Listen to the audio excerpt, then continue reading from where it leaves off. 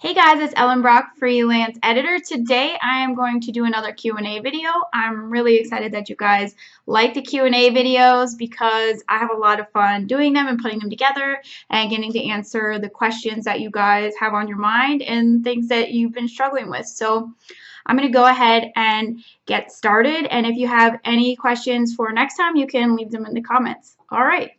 So the first question is from Ollie Green, who asks, how long does it usually take a writer to start and reach publication with a novel? So this can vary a lot, and it depends on how long your novel is and the genre, because certain genres take a lot longer to write because they're more complicated. But in general, it takes a pretty long time. Even after you get a contract, you might wait a year or 2 years before you'll see your book reach publication, and that's after you already have a contract. So I would say average is probably 4 to 6 years from sort of the conception of the idea to publication of the novel.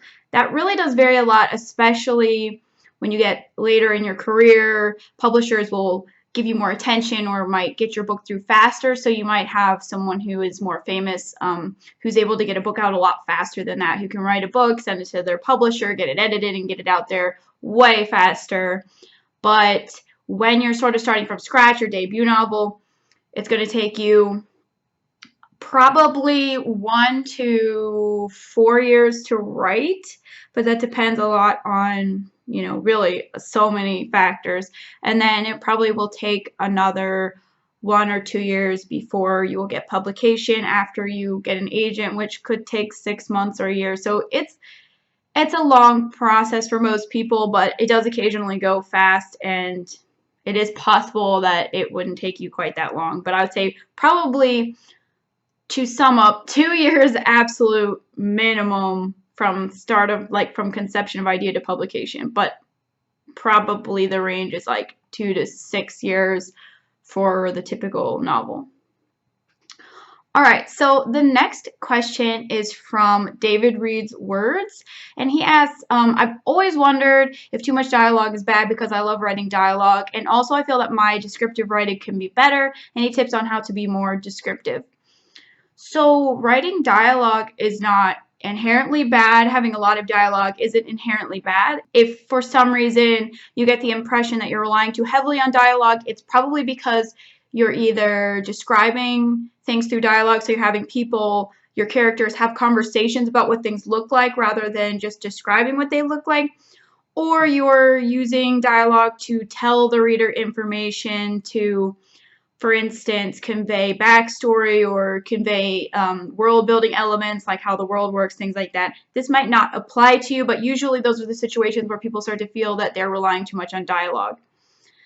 When you're talking about being more descriptive, if you're talking about describing things rather than just narration, some writers really just aren't that descriptive, and it's not inherently bad to use a lot of dialogue and not a lot of description. If that's your style, it's totally fine as long as you're giving the reader enough to enjoy the story. So a lot of the time, I think writers focus a lot on what's the appropriate amount of narration versus dialogue. How do you balance that? But there's not just one way of doing it, and any way that you can balance those things so that it works with your style is totally fine. So if you like writing dialogue and you don't see it as a problem, I really wouldn't worry about it too much. Okay, so the next question is from Mia Canales, I think. I'm sorry if I'm saying that wrong. And the question is, would you clear something up for me? So a book is divided into 4 parts, from the beginning to the first plot point, from the first to the second, etc. Is it mandatory that each of these parts have the exact same amount of pages? Can one be longer than the other? And if so, how many pages longer? I try to write the same number of pages in every part, but it is very hard. If you try to do the exact same number of pages in in every quarter of your novel, you're going to probably have a heart attack and drive yourself absolutely crazy. You don't have to get it down to the exact page. It's totally fine. Try to hit roughly at the quarter marks, but you do not need to get down to the exact pages. You can have some variation. And by variation, I'm not talking about like 1 or 2 pages of variation, but you can have a few percentages of variation. So in particular, the first plot point and the second plot point have more leeway in where they can be placed. So you want to transition into the second quarter between 20 and 25% of the way into your novel, and then you want to transition from the third to fourth quarter about 75 to 80% in. So that gives you a pretty good amount of 5% leeway. So don't get too obsessed about it. And then with the midpoint, shoot for vaguely the middle of the book. If you're off by a few pages, nobody's going to have a heart attack as long as the pacing is up. Again, these guidelines are to enhance your story and to help guide you and to keep the story moving. And as long as you are pulling readers to the story and readers are enjoying it, they're not going to care if the midpoint is 5 or 10 pages late. Just get roughly at the right place and make sure that it's entertaining and any extra pages are valuable. But as long as they're contributing value to your story, you really don't have to worry about it to that degree, because you're really going to drive yourself crazy if you try to get down to exactly the same page count for every quarter.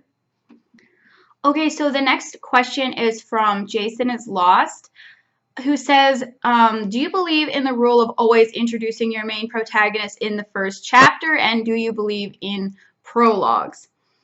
Do you believe in prologues? A lot of people feel that liking or disliking prologues is like something you commit to with like religious fervor, but it's the reason that a lot of people don't like prologues is not specifically something against prologues. It's just that a lot of the time a prologue is sort of a bait and switch. So you sort of lure the reader in with this prologue that seems like it's going to be, actiony or super exciting or super tense. And then the next chapter sort of goes to all the boring stuff that you didn't want, all the boring stuff you wanted to cover up with the prologue.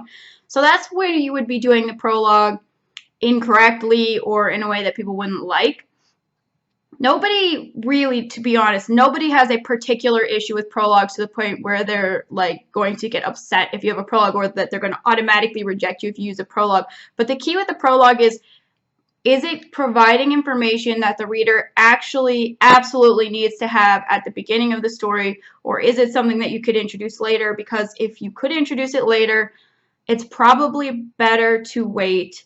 But the other reason you might want a prologue is if the tone of your novel and the genre aren't apparent in the first few chapters. If those things aren't going to be apparent right away and you don't want to just shock the reader with something totally different 25% into the novel. Ultimately, if the prologue is necessary, it's necessary. It's not inherently bad, but be careful that it really is necessary and that you really need it. Okay, so Jason is Lost actually went into a little bit more detail, so I'm going to read a little more detail about his situation specifically. In the young adult fantasy novel I'm working on, split between modern Earth and an alternative dimension, it feels natural to have the first chapter introduce the alternative world and the mentor character that inhabits it, and the second chapter focuses on our own world and introduces the compelling protagonist. Is it more appropriate to split the first chapter in two, or would a prologue, something I've heard is usually unnecessary and hindering, be used for an Obi-Wan character instead? Opening with adults is usually not preferred. So if the mentor character is an adult, you have to consider, are the other elements of the story compelling enough that a YA reader is going to be motivated to keep reading, or are they going to pick it up and say, oh, this is about adults, or this is adult science fiction, and sort of dismiss it? And I do think that you potentially run that risk. Ultimately, I can't say 100% without seeing or knowing more about the story, but that's the basic advice that I would give, is just make sure that it's still interesting to YA characters, because in general, you're probably better off not focusing on adults very much in YA, just because it's not usually why people read YA. They want to read about teenagers either because they are a teenager, or nowadays a lot of adults will read about teenagers. They like that the lightheartedness of it and the rebellion of it and sort of the attitude behind it, and so that so you can kind of go against expectations if you focus a lot on adult characters. Okay, so the next question is from Laura Fielder, who asks, should I hire an editor before querying books to agents? Okay, so you definitely don't have to hire an editor before you query. Obviously, being an editor, it would be advantageous for me to say, yes, absolutely, you absolutely have to hire an editor, but you don't have to hire an editor before you get an agent.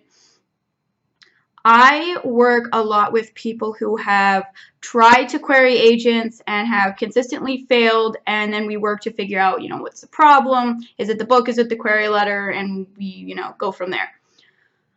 So no, you don't have to, and I don't in any way ever want to give the impression that you have to work with an editor before you get an agent. You really don't have to. But there are certain situations where if you're not making progress, it can be extremely helpful to have somebody else to sort of bounce ideas off of or to sort of help you understand how you might be perceived by an agent, because I can look at your book, your synopsis, and your query letter as an outsider, and I can look at it and say, okay, well, this is probably coming across different from how you expect, or this might be causing agents to lose interest for XYZ reasons, and those are things that you can't necessarily assess on your own.